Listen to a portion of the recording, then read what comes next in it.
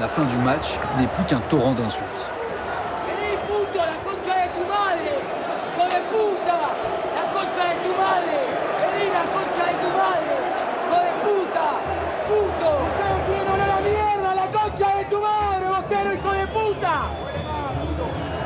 ¡Seres sensibilizados! Bande de sauvages! C'est de la haine, non? Non, c'est pas de la haine. Moi, en tout cas, j'ai pas de haine. Non. C'est comme ça. Ça fait partie de nous. C'est notre folklore du football. Vous ne comprenez pas parce que vous êtes trop développés. Alors que nous sommes des sous-développés. Se adelanta el arquero Vangarrino de Gimnasia para devolver desde su área menor. Arroja la pelota hasta el círculo central. Viene a buscar con golpe de pecho. Si le football peut prendre aux tripes, il peut aussi provoquer de grands moments de poésie.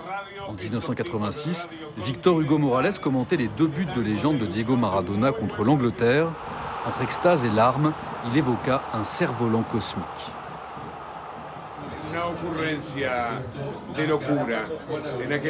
Ce fut une fulgurance, un moment de folie, de bonheur immense. J'aurais pu dire n'importe quoi, du plus extravagant au plus poétique. En Argentine, le commentaire sportif est un art que l'on enseigne dans cette école de radio. Le commentateur sportif ne commande pas seulement du football. Il doit avoir de l'humour, des références littéraires. S'il a lu beaucoup de livres, ça se remarque. Victor Hugo Morales, c'est un type qui a énormément lu, et ça s'entend. Il y a des gens qui ont lu beaucoup, et d'autres, non. Pendant 9 semaines, les étudiants apprennent à devenir les yeux des auditeurs sur un terrain de foot et à maîtriser le fameux cri.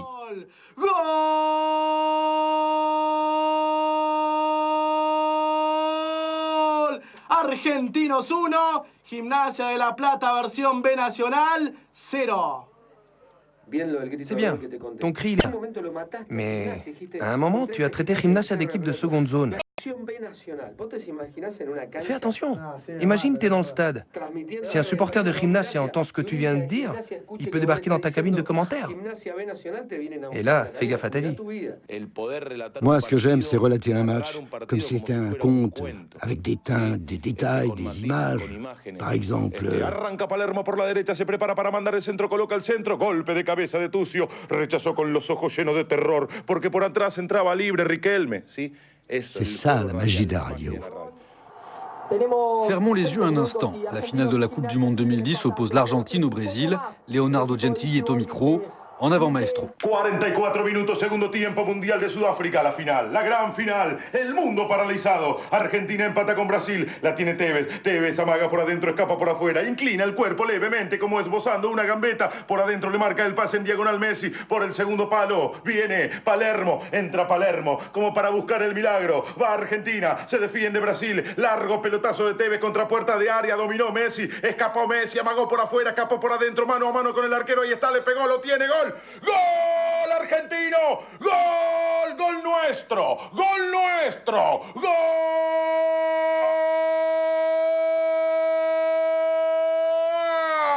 ¡Argentina campeón del mundo! Argentina se está quedando con la Copa del Mundo. Ya se termina. Falta muy poco. Se paralizan los corazones, pero el cielo puede esperar. Argentina 1, Brasil 0. Y hasta el Cristo Redentor se inclina. Y créanme, hasta se le cae una lágrima. Bon, voilà ce que ça donnerait. El Cristo Redentor. Le Christ Rédempteur, le symbole du Brésil.